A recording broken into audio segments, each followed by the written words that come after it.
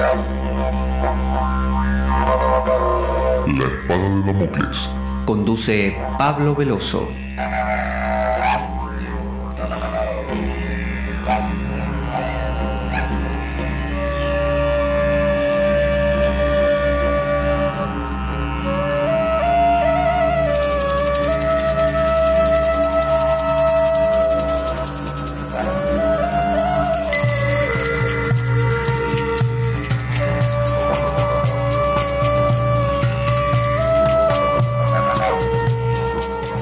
Tal como lo cortés no quita lo valiente, así lo hilarante no quita lo profundo. Y dado que la vida es un juego, aquí comienza La Espada de Damocles. La ficción más real que puedas concebir. La Espada de Damocles es un programa que por mera falta de objetividad cree ser diferente. Personajes mitológicos salidos de los más profundos avernos. Leyendas escabrosas y sin sentido. Curiosidades inquietantes e inútiles. Historias antiguas malversadas por nuestra incapacidad de entendimiento. Y cuentos carentes de profundo significado. También pretenderemos sin el menor éxito entender al ser humano en toda su dimensión. En suma, si quieres desperdiciar tu vida, aquí comienza La Espada de Damocles, la ficción más real que puedas concebir.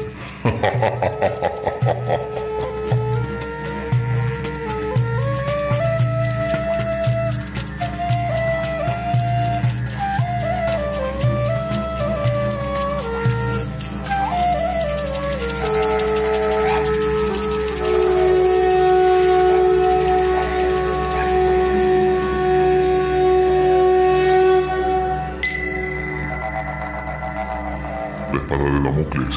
Conduce Pablo Veloso.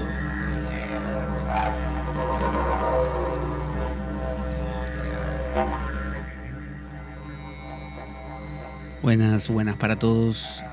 Esto es La Espada de Damocles. Yo soy Pablo Veloso y vamos a continuar explorando el magnífico Vishnu Purana. El Vishnu Purana es un texto dentro del canon de escrituras hindúes, es uno de los 18 Puranas, quizá el más importante. Se lo trata como si fuera el señor Purana, ¿no? Un Purana ejemplar, porque se dice que cumple muy bien los requisitos que debe reunir un Purana, que es hablar de los kalpas, de las eras y lo que pasa en cada una de ellas, de las luchas entre dioses y demonios, de las dinastías de los reyes santos, de los avataras también, las encarnaciones divinas, es decir, una serie de cosas que el Vishnu Purana hace muy bien.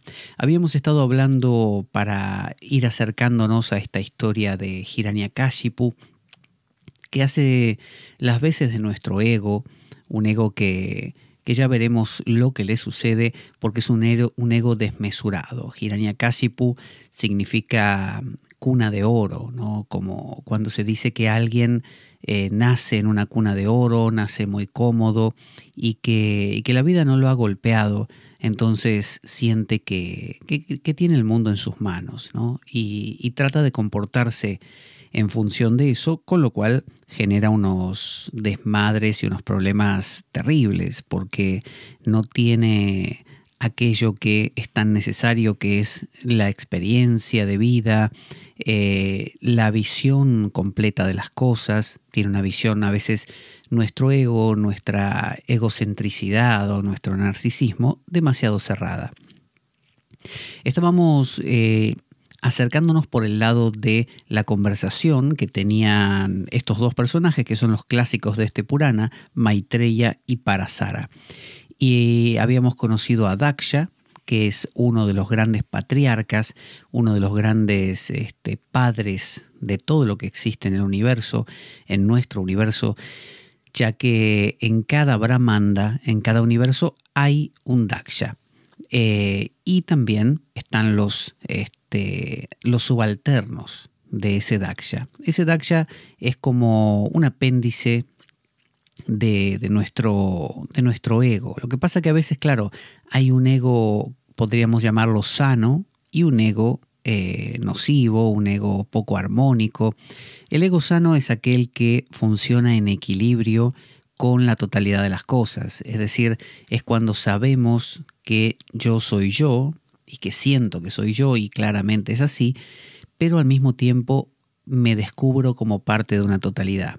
Cuando me olvido de esto y empiezo a pensar que yo soy yo nada más, único, irrepetible, diferente a todo lo que me rodea, bueno, ahí pierdo el norte. Y es como si un tirano usurpara, ¿no? Un dictador usurpara el poder de una nación, por ejemplo, y se hiciera con todo el poder de la nación aunado en su persona. Eso es lo que hace muchas veces nuestro ego cuando se convierte en un ego que ha perdido el equilibrio, la integración con la totalidad. Por eso no se trata de destruir al ego, se trata de devolverlo a su punto de equilibrio. Y por eso Vishnu, que es la energía que se metaforiza, digamos, como un dios y todo eso, pero en el fondo está hablando este Purana de la energía del equilibrio. En la India hay 3 deidades claves y clásicas, que son Brahma, Vishnu y Shiva. Y Brahma es el creador de todas las cosas. Vishnu es el conservador y Shiva es el destructor, o el que disuelve por lo menos.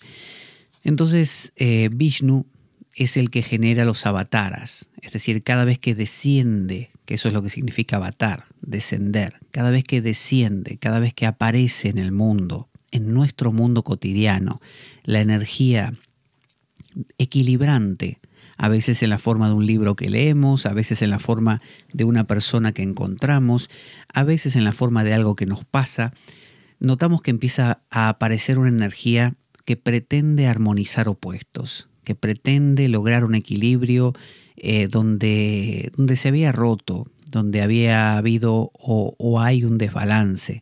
Bueno, eso es Vishnu. Y acuérdense que la armonía no consiste en solamente alimentar un polo. Es decir, si usted ve que se está cayendo en la bicicleta hacia la izquierda, la armonía consiste en echarse un poco hacia la derecha.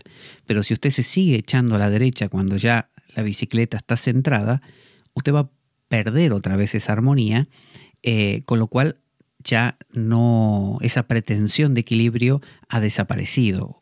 Usted está en el otro polo ahora. Entonces Vishnu lo que hace es buscar el medio. Entonces cuando hay demasiado bien, genera mal. Y cuando hay demasiado mal, genera bien. Lo que busca es un equilibrio de estos opuestos. Y habíamos visto cómo hay 2 energías que se contrapesan. La energía de Daksha, como simplemente aquella parte nuestra que quiere más complejidad, que quiere más y más diversidad, que quiere más complicación, ¿no? Que tiene más responsabilidades, adquiere más compromisos, ¿no? Por eso es el patriarca, el progenitor, el que crea, el que tiene descendencia y luego tiene que ocuparse de todo eso. Pero ya vimos que había tenido 2 camadas de hijos, una de 5.000 y otra de 1.000.000 con su esposa, y ambos fueron disuadidos por Narada, que es la energía también de Vishnu, pero que funciona en la dirección opuesta. En lugar de complejizar, es aquella energía que nos viene como, de nuevo, un libro que leemos, una persona que encontramos, que nos habla de la meditación, nos habla del silencio, nos habla de no complicarse tanto, nos habla de relajarse un poco, tomarse unas vacaciones, pero no de esas que te estresan más, porque hay 1000 cosas que resolver, sino quizá irte a la montaña, leer un libro espiritual. Es decir, Narada habla del regreso al origen, ¿no? Del regreso a la fuente, mientras que Daksha es la energía complejizante o complejizadora, ¿no? Entonces, ahí habíamos quedado. A ver, estamos por aquí. Esto es lo que se dijeron los segundos hijos de Daksha, que no eran, recuerden, no eran personas nada más. Daksha creaba básicamente todo lo que existe. Creaba personas, montañas, sus hijos eran, no sé, desde el mineral que uno se puede encontrar en forma de una piedrita en la calle, como el sol y la luna, por ejemplo, ¿no? Y además las personas y los animales y los insectos, todos esos eran hijos de Daksha. Entonces, la segunda camada dice lo que el Muni, es decir, Muni es una palabra que hace referencia a Mouna, y Mouna significa silencio, aquel que es silencioso, aquel que sabe mantenerse en silencio, aquel que sabe disfrutar del recogimiento y del silencio. Eso es un Muni, y así lo llamaban a Nárada. Dicen, lo que el Muni ha observado es perfectamente justo.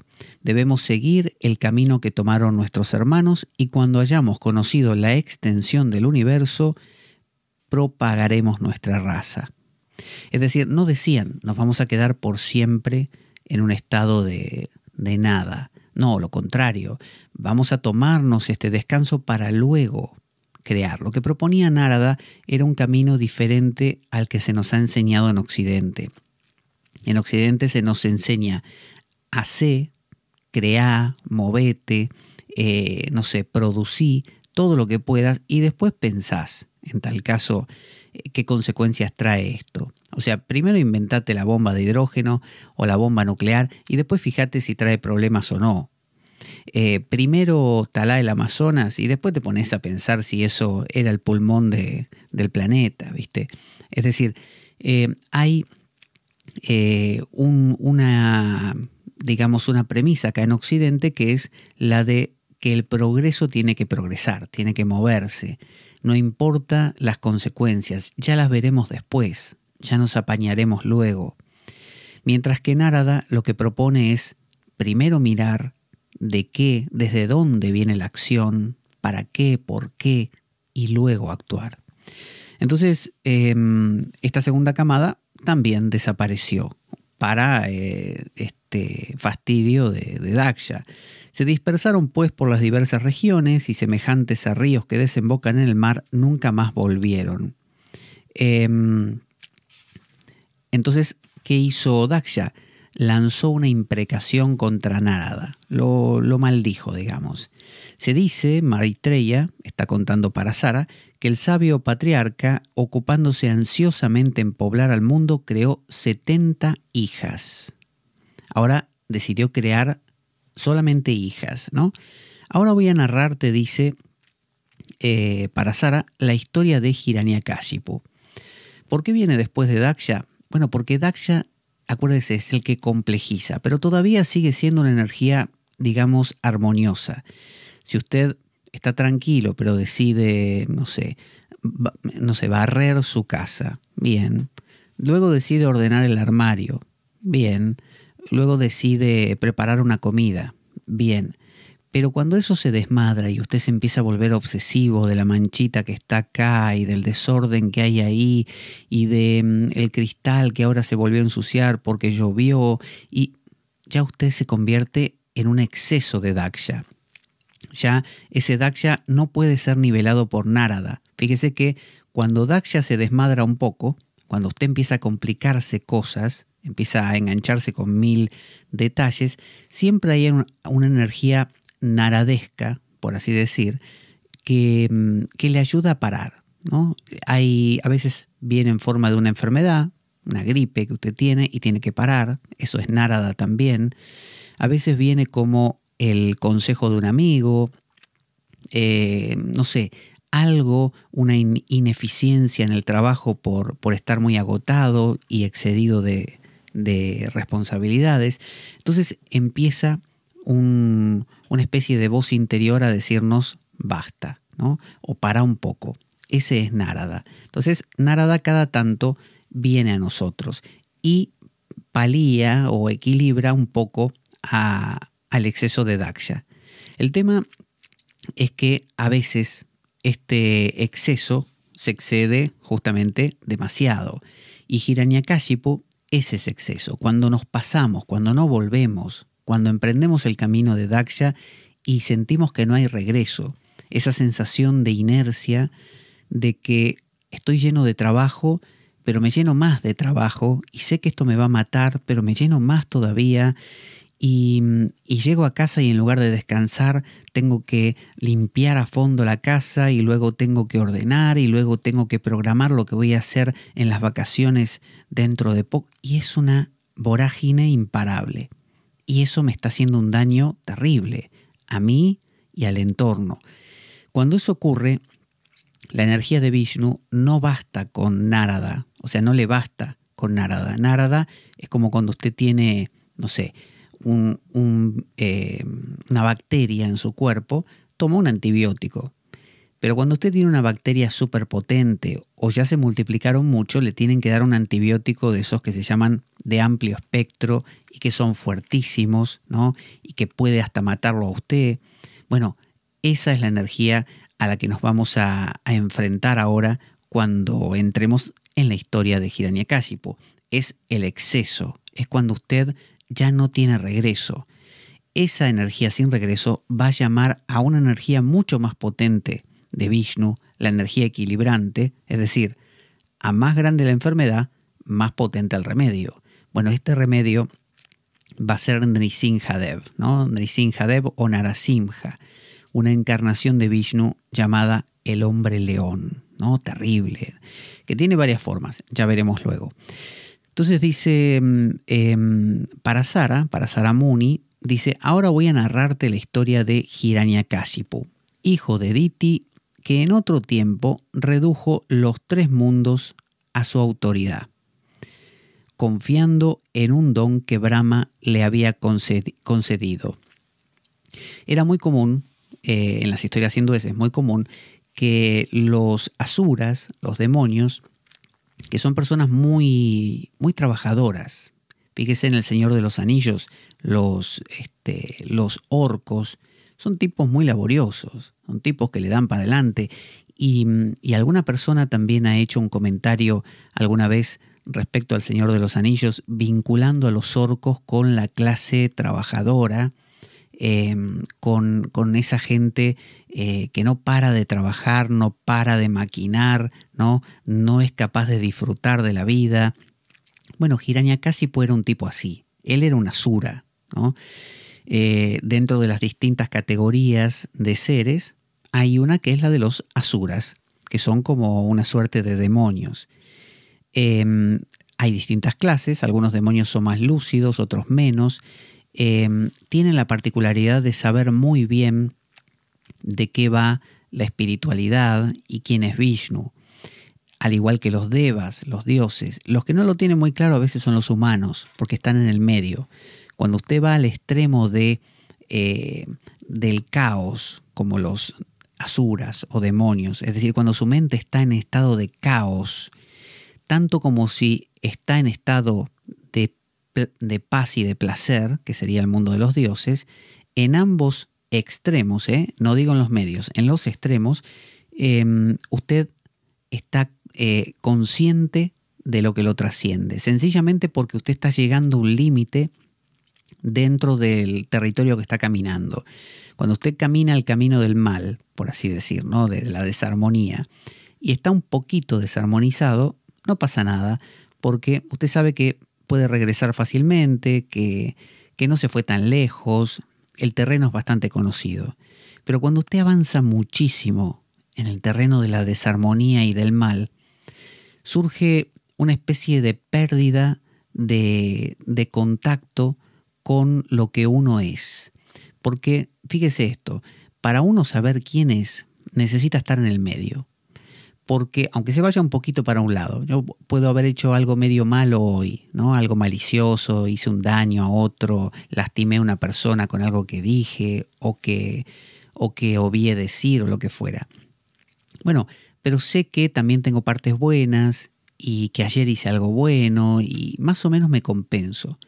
Pero si yo me fuera al extremo del mal, pero mal, todo mal, nada de bien, ¿no? O al revés, me fuera a todo bien y nada de mal, Pablo dejaría de existir. Esa es la razón por la que el muy malo necesita al muy bueno y el muy bueno necesita al muy malo, porque no les alcanza con los puntos medios. Por eso el Joker necesita a Batman o el Lex Luthor necesita a Superman. Es decir, no necesita Lex Luthor a una persona buena de la calle común. No le alcanza. Necesita un tipo demasiado bueno. O sea, su imagen espejo del otro lado.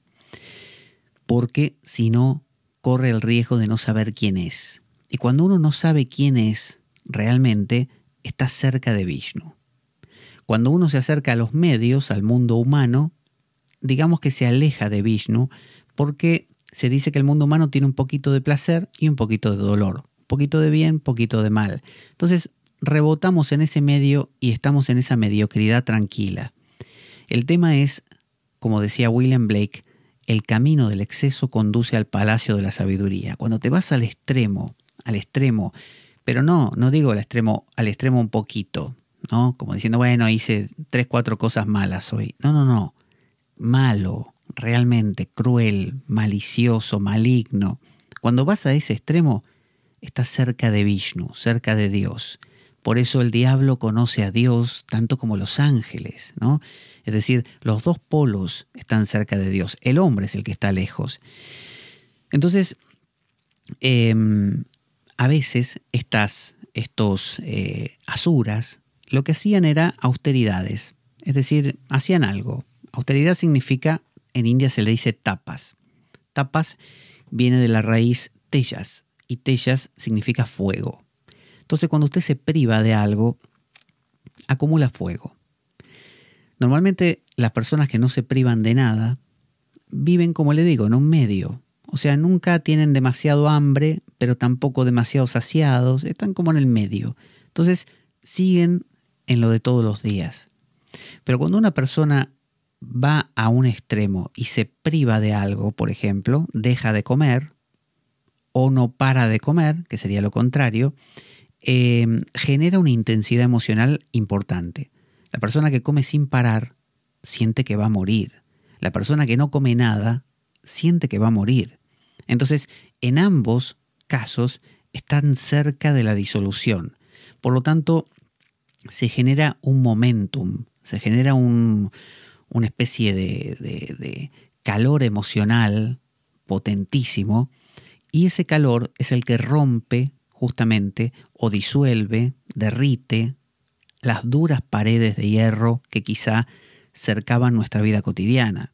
Es decir, una persona que se queda en su casa tranquila cada día no es lo mismo que una persona que va a una guerra, expone su vida o va a una cárcel. Es decir, son situaciones extremas que generan movimientos extremos emocionales y grandes cambios en las personas.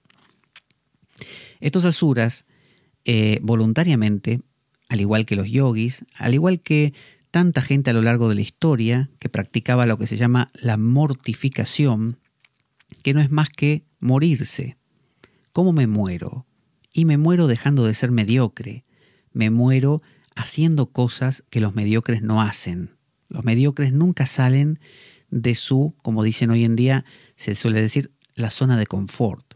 Es decir, hacer lo que hago cada día, más o menos. Si hago eso, me mantengo en mi zona de confort. Son zonas conocidas y sigo siendo yo. Y los demás me reconocen como tal, me lo hacen acordar.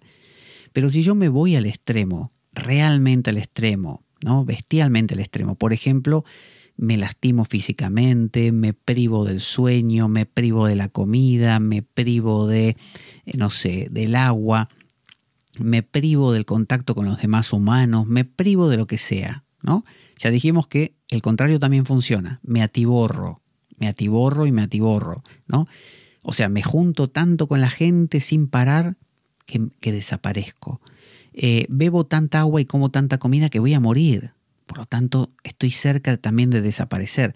Bueno, en cualquiera de estos casos, Brahma te da un don. Es decir, el creador, el ego mismo, ¿no? La imagen de Dios en la vida cotidiana, es decir, el ego o el yo, también podría ser, te dan un regalo, ¿no? Es como que tenés el derecho a pedirle algo. ¿Por qué?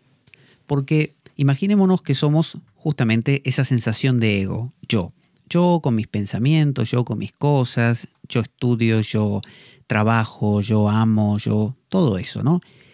esa es la mediocridad. Si me quedo ahí, no se rompe el huevo, la cáscara del huevo, el cascarón. Estoy dentro siempre. Ahora si empiezo a hacer cosas radicales, que no quiere decir ir a una marcha política y levantar una bandera. A veces eso es lo más mediocre, porque es lo que hace todo el mundo. Me refiero a hacer cosas realmente radicales que pongan en riesgo la existencia, no solamente física, sino psicoemocional, ¿no? Cuando eso ocurre, estoy cerca, ya dijimos, de Vishnu, cerca de Dios, cerca de la ausencia de contenido, estoy vacío. Cuando eso pasa, ese representante visible de Vishnu, que es el yo, ¿no? O el ego, pero puro y limpio, ¿no? No un ego torcido, sino el ego en sí, como decir la esencia, la raíz misma de este ego corrupto que soy yo, bueno, la raíz. Bueno, eso me hace un regalo a mí. El tema es que muchas veces vengo teñido de malas intenciones y puede ser que desde mi visión nublada haga un pedido equivocado también, que es lo que le suele pasar a los asuras. Y esto le pasó a Hiranyakashipu. Entonces, Hiranyakashipu le pidió a Brahma un don, que luego vamos a ver cuál es, y con esto gobernó los 3 mundos. Cuando los hindúes dicen los 3 mundos, es una manera de decir todo. Todo. Usted dice esto también, y lo de acá también, y lo de acá también. Es decir, los 3 mundos son el mundo de los dioses, el mundo de arriba, el mundo del medio, el mundo humano, y el mundo de abajo, que es el mundo de los asuras o demonios, que en realidad son 7 para arriba, los dioses, 7 para abajo, los demonios, y nosotros en el medio, como un sándwich. Dice, había usurpado la soberanía de Indra. Hay un orden de las cosas. Indra es aquella parte, es como si yo dijera, supóngase, mi voluntad, ¿no? Tengo mi voluntad, tengo mi autoestima, tengo mis metas, y todo más o menos se mantiene en un orden. Eso sería como decir que Indra, el rey de los dioses, el Zeus de la India, gobierna y más o menos todos los dioses están contentos. O sea, todas sus partes, su voluntad, su memoria, sus potencias, diría San Juan de la Cruz. Pero a veces una partecita suya empieza a desmadrarse y empieza a acapararlo todo. Supóngase un día usted prueba, no sé, en una fiesta algunos narcóticos y le gustó y después toma más, consume más y después se engancha con la heroína. Y eso lo lleva obviamente a extremos, muy cercanos a la muerte, donde todo lo demás pierde valor. Entonces eso sería como un Hiranyakashipu, es decir, es un ego desmadrado, un ego que se va hacia una obsesión, por ejemplo, que es como un agujero negro que se lo come todo y usurpa a su voluntad. Usted ya no tiene voluntad propia, ya no tiene autoestima, ya no tiene dignidad, ya no tiene nada, no tiene metas. O sea, todos sus dioses han sido desbancados, han sido desplazados. Ahora usted se ha instalado con su dinámica de obsesión rodeado por sus demonios, como en el caso de Hiranyakashipu, que era el rey de los demonios, ¿no? Entonces, dice, había usurpado la soberanía de Indra y ejercía por sí mismo las funciones del sol, del aire, del señor de las aguas, del fuego y de la luna. Fíjese si no le ha pasado alguna vez que, supóngase, se enamoró, por ejemplo, usted, o bien se fanatizó con un estudio, una carrera, o bien con algo, con comprar algo, con lo que fuera. Y esa cosa o persona empezó a usurparle, pero no la persona en sí, sino su intención, su fascinación, comenzó a comerle todas sus energías. Y cuando usted quiso acordar, ya todo eso había hecho presa de usted. O sea, ya no había más Indra, no había, como dice aquí, Dios del fuego, Dios de la luna. Ahora esa obsesión cumple las funciones del sol y de la luna para usted. Es decir, ya no se mueve el sol y la luna como deberían, por sí mismos. No. Ahora todo pasa por esa persona con la que usted está obsesionado, ese libro que a usted le parece el mejor y por ese libro mata. Es decir, ese fanatismo, esa obsesión, que por un lado, recuerde, cuanto más obsesionado usted está, más vacío de identidad usted está a la vez, por lo tanto más cerca de Dios. Mire qué casualidad, qué cosa rara, ¿no? Por eso dicen los hindúes que quien odia mucho a Vishnu se acerca a Vishnu, y quien ama también. Es decir, son las dos formas de acercarse a él. Entonces, había usurpado la soberanía, ya dijimos, de todos estos dioses, como cuando nos pasa que nuestro Hiranyakashipu, nuestra comodidad, porque siempre esta clase de elecciones ocurren, de excesos, suelen ocurrir porque uno busca lo que le llaman el camino fácil, ¿no? Bueno, ¿qué pasa si con la heroína me siento mejor? Ya lo tengo todo solucionado. O si amo a esta persona y quedo fascinado con esta persona, ¿para qué me voy a preocupar de la carrera, del trabajo, de leer libros, si tengo todo en esta persona, ¿no? Me vuelco acá, es lo más fácil. Y luego uno descubre como la mosca que pisa el papel pegajoso, que era muy dulce, pero justamente era una trampa. Como digo, no que la ponga la otra persona, que uno por su actitud acaba teniendo esa actitud de mosca presa. Vamos a escuchar un audio muy pequeñito que nos cuenta cómo colaborar con nuestro programa, de manera que podamos, si dentro de la medida de nuestras posibilidades, aportar, ayudar a poder conseguir bibliografía que tiene, como todo el mundo sabe, sus costos y a veces resulta difícil acceder a algunas de ellas, pero siempre poder conseguirlas viene muy bien para enriquecer nuestro programa. Ahí va. Nuestro programa carece de sustento económico externo. Si quieres colaborar y apoyarnos, puedes hacer de cuenta que me invitas un café y dejar una donación equivalente a ello o lo que tú desees a través del enlace de PayPal que aparece en nuestro canal en iBooks. Si tienes alguna duda al respecto, puedes enviarme un correo a info@gmail.com para informarte y desde ya muchas gracias por ello. Así que tenemos aquí al amigo Hiranyakashipu, un tipo muy conocido por todos nosotros, porque justamente son nuestras obsesiones. Había usurpado entonces todos los poderes de los dioses, era el dios de las riquezas y el juez de los muertos, ¿no? Y se apropiaba sin escrúpulo de todo lo que a los dioses se les ofrecía en sacrificio. ¿Qué es el sacrificio a los dioses? Uno pensará, bueno, es ir y quemarle, qué sé yo, como hacían los griegos, carne a los dioses, o como hacían los judíos también, de sacrificar un cabrito. Internamente, ¿qué es? Bueno, es cuando usted dedica, por ejemplo, tiempo a cultivar, su memoria, ¿no? A recordar cosas. Es decir, los dioses, acuérdense, son sus potencias, memoria, intelecto, razón, voluntad, ¿no? Todo eso son sus potencias. Entonces, cuando usted alimenta, usted dice, bueno, ahora voy a dedicar un poquito de tiempo y de esfuerzo a cultivar mi corazón, voy a amar, o a conmoverme con esta película. Ahora voy a dedicar tiempo y esfuerzo y dinero a mi mente, voy a estudiar, voy a adquirir bibliografía, voy a reflexionar. Entonces uno va alimentando a sus distintos dioses. Cuando hay sacrificios a estos dioses, uno está en armonía, porque todos los dioses están contentos. Su memoria tiene lo suyo, su intelecto, sus emociones, su voluntad. Pero cuando hay un usurpador que se lo queda todo, ¿no? Por ejemplo, una obsesión, ya a usted no le importa ni estudiar, ni comer, ni dormir, ya sea porque esté enamorado o porque esté fanatizado de otra manera. Esto es lo que es Hiranyakashipu en nosotros. Entonces, dice, era el dios de las riquezas y el juez de los muertos. O sea, toda riqueza era él. La obsesión se convierte en nuestra única fuente de todo. Es el juez de los muertos, ¿no? Es el que va a evaluar quién vive y quién muere.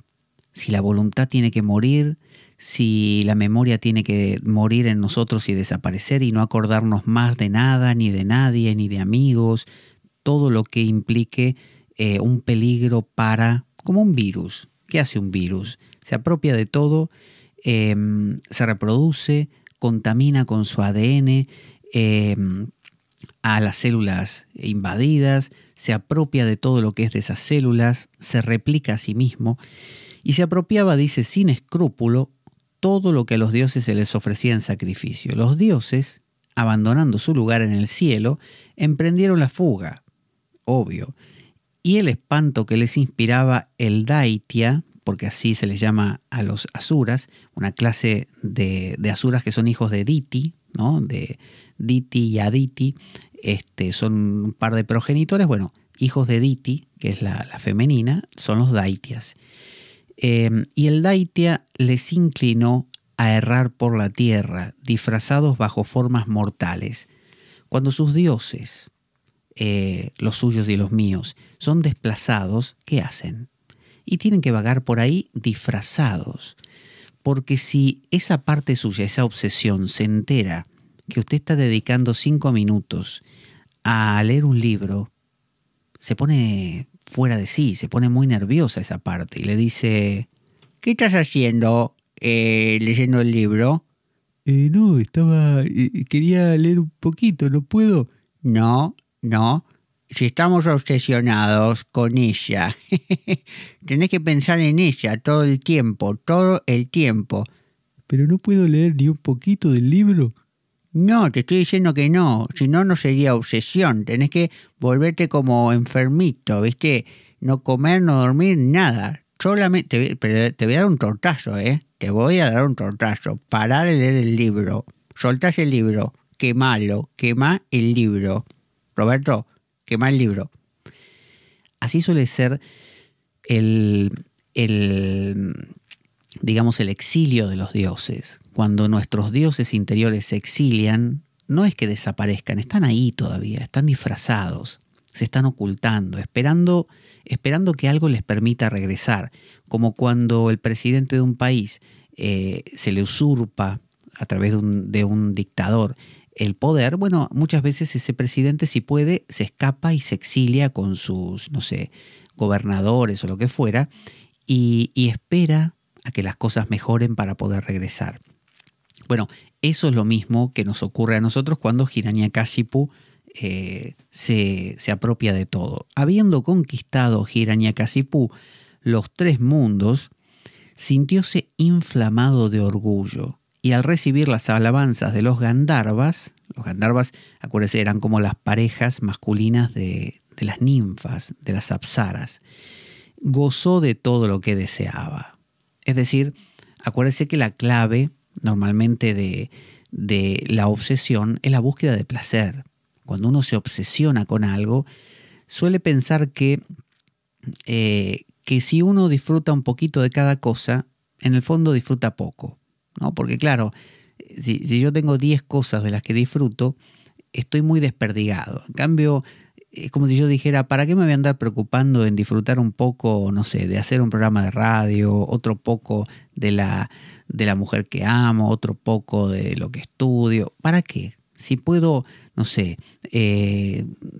engancharme con tal libro y fanatizarme solo con eso. Entonces tengo todo en uno. No tengo que preocuparme en cargar nada, en llevar conmigo cosas de un lado para el otro, en fijarme si esas cosas están bien cuando no las veo, ¿no? Si tengo todo en un libro o tengo todo en esta persona, ¿no? Se remite todo a una sola cosa. Y eso, obviamente, fíjese, Hiranyakashipu se sentía contento, le daba placer y además se sentía orgulloso, porque en la obsesión también hay una sensación de poder. Cuando estoy obsesionado, soy como una flecha, estoy totalmente posicionado y dirigido hacia esa sola cosa.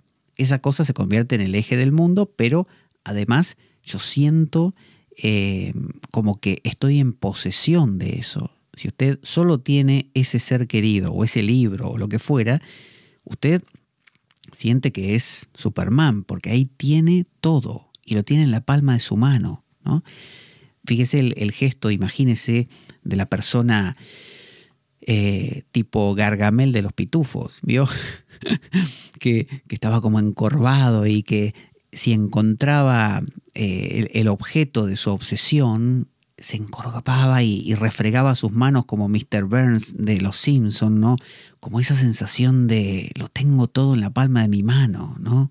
No soy como esos que tienen demasiados intereses y no pueden controlarlos, porque son muchos. Tengo todo en este solo lugar. Eso quería Hiranyakasipu, y es algo en lo que caemos muy seguido. Entonces, el ilustre hijo del rey de los Daityas, Prahlad, niño todavía, o sea, este tipo tenía un hijo, ¿no? Un hijo también de la linaje de los Daityas. Era otro asura, otro demonio. Se llamaba Prahlad. Era un niño pequeño. Niño todavía, residía en la morada de su preceptor. Los niños, cuando son pequeños en la India, los mandan a estudiar con su gurú. Es decir, cuando son muy pequeños están con su mamá, pero luego cuando tienen algunos años, como 4 o 5 años, los envían con su gurú. Y se quedan con él, viviendo con él y otros niños hasta que están en edad de casarse, para tener una formación religiosa. Entonces lo habían mandado a estudiar con su gurú, que también era otro demonio, otro asura. Residía en la morada de su preceptor, eso era lo común, donde leía los escritos que se estudian a su edad, escritos también religiosos. En una ocasión fue acompañado de su maestro a la corte de su padre. Vio como cuando los maestros quieren mostrar al papá del niño cómo aprendió el niño a tocar, no sé, la guitarra.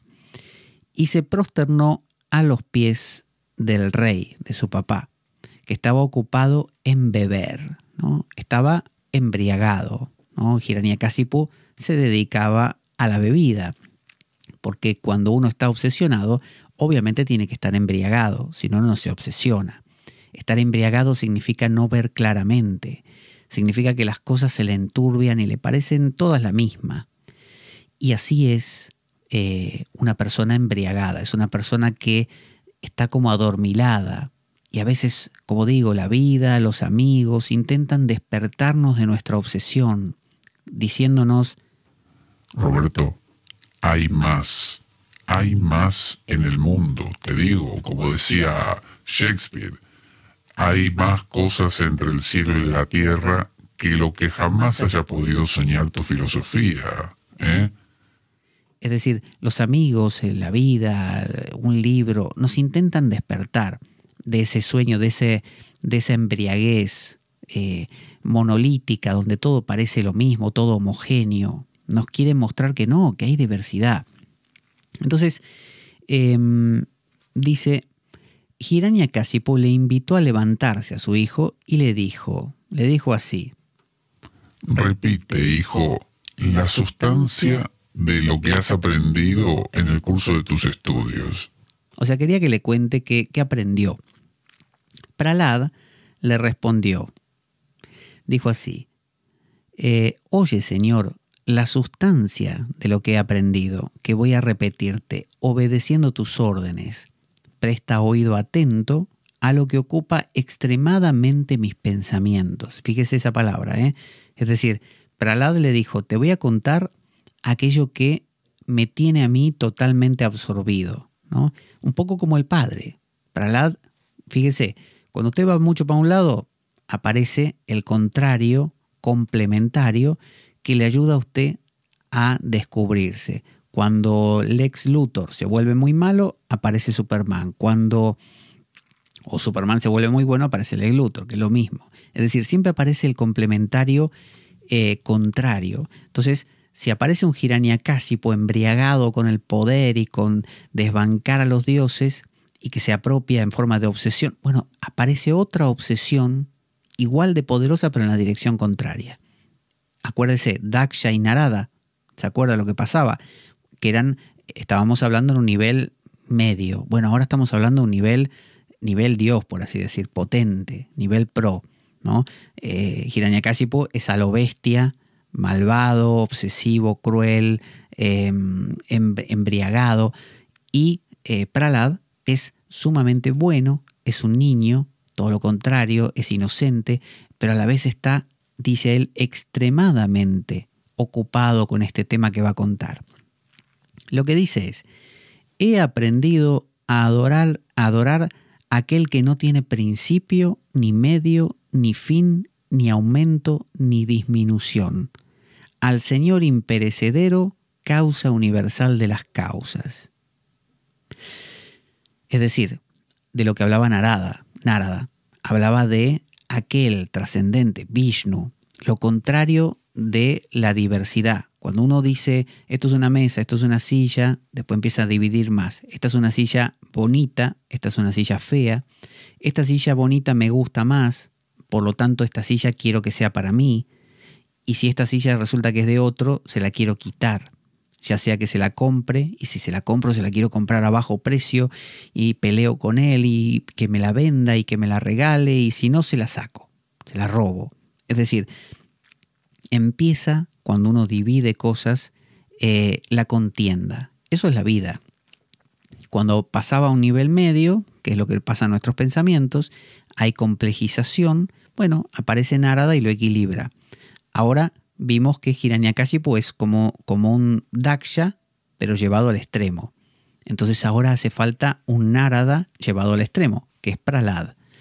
Entonces, al oír estas palabras, el soberano de los Daityas, el padre, con los ojos encendidos en cólera, imagínese encima alcoholizado, ¿no?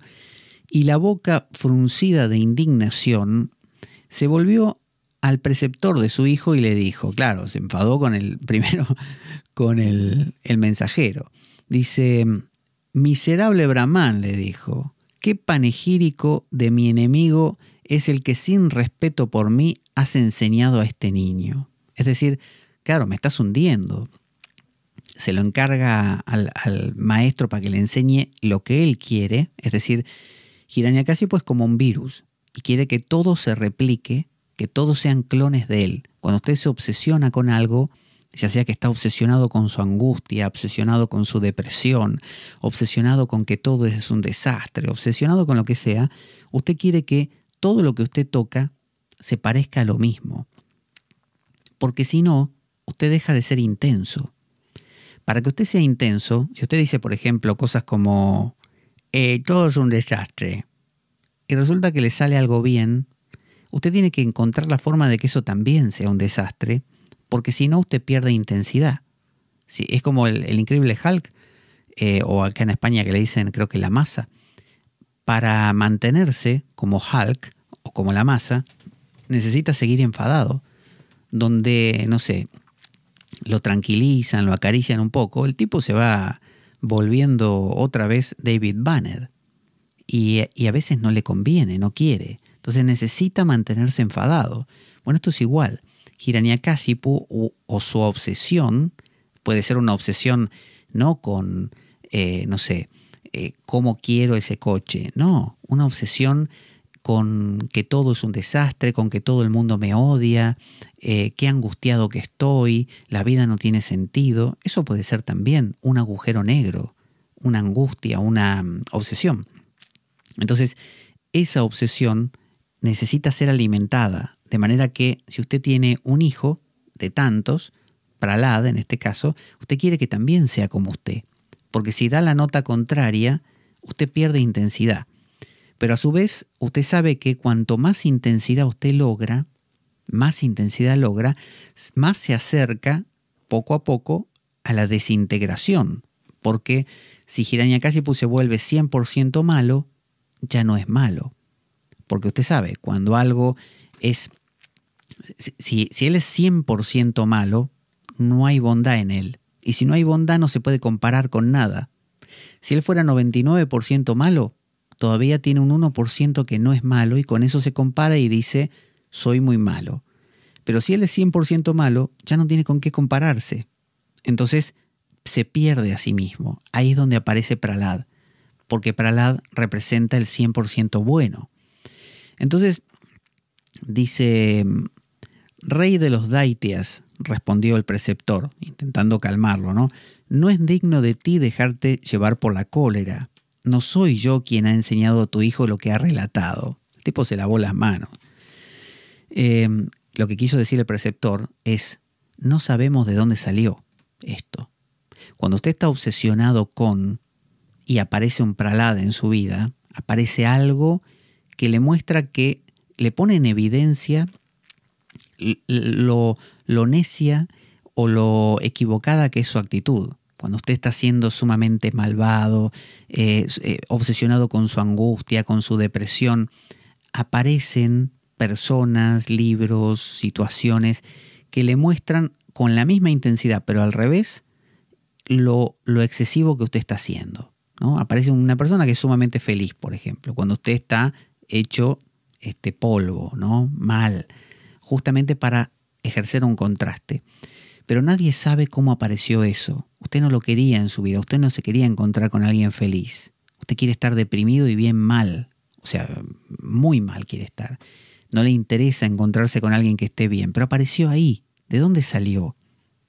O apareció una idea en su mente de mejorar, de corregir, una luz. Usted no quiere luz. El que está mal quiere estar peor. Entonces dijo Hiranyakasipu a su hijo: niño, ¿quién pues te ha enseñado la lección que has recitado? Tu preceptor declara que no ha sido él. Hiranyakasipu no sabía con quién enfadarse todavía. Padre mío, dice Prahlad, Vishnu es quien instruye al mundo entero. ¿Qué otro sino él, que es el Espíritu Supremo, puede enseñar? Es decir, Vishnu, la energía equilibrante de la vida. Es decir, a veces hay cosas que uno no las lee en un libro, no las escucha en un podcast, no las aprende de alguien que se las enseñe. No, le aparecen de dentro. Es decir, cuando uno se va mucho a un extremo, una persona que se dedica, no sé, a la bebida, o se enfadó ese día muchísimo, bueno, aparece algo desde dentro, esa voz, ese narada, que te llama al equilibrio, que te propone el equilibrio. Pero claro, como te fuiste muy al extremo, esa voz que aparece es la voz de Vishnu. Ya no es Narada, es directamente esa voz en toda su pureza, que viene del interior y aparece para transformarte. Vamos a ver hasta aquí hoy y voy a cantar un pedacito de un vayan que justamente habla de Hiranyakasipu. Ya lo cantaré en la siguiente emisión, ya con más traducción de manera que se entienda mejor. Ahora simplemente lo vamos a plantear. Mientras pongo los instrumentos, voy a tocarlo con un ukelele, voy a poner una música de fondo, así puedo agarrar todas estas cosas. A ver, ¿dónde lo tenemos? Ahí va, pongamos esta música de fondo y enseguida vamos al vayan.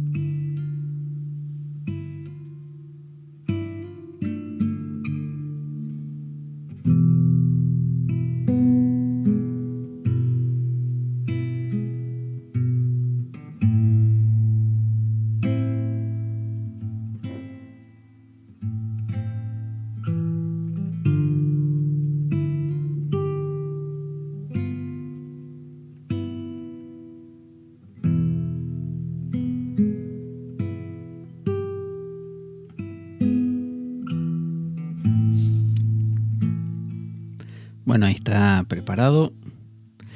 Este vayan es un vayan que habla de Nrisimha, que luego no quiero anticipar, pero ya veremos cuál es la historia, y nos va a relatar en sánscrito es vayan, kirtan que haré, nos va a relatar todo el episodio de Hiranyakasipu con Nrisimha. Ahí va, a ver.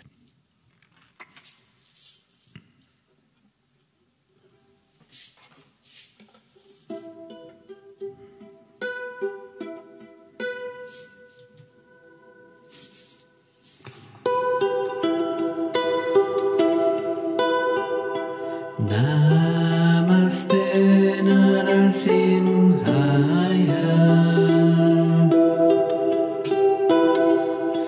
Namaste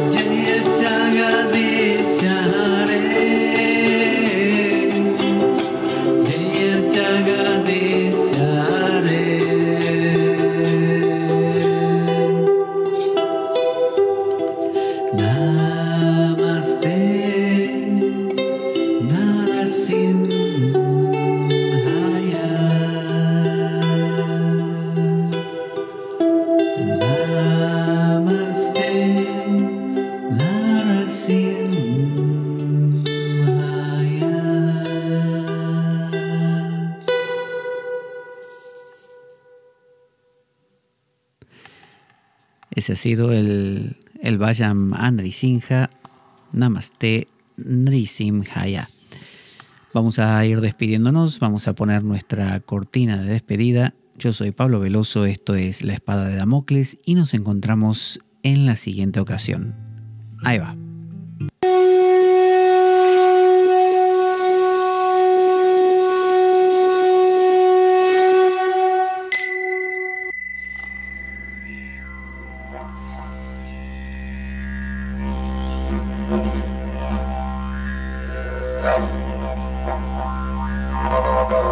La Espada de Damocles. Conduce Pablo Veloso.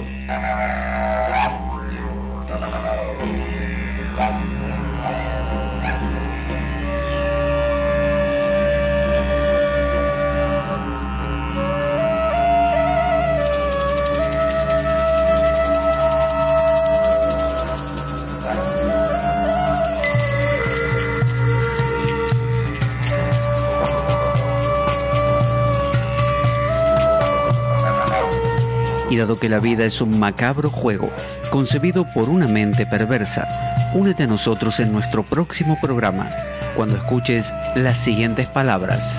La Espada de Damocles, la ficción más real que puedas concebir. Buena vida para todos, buena semana y... ¡Avanti, damocleanos!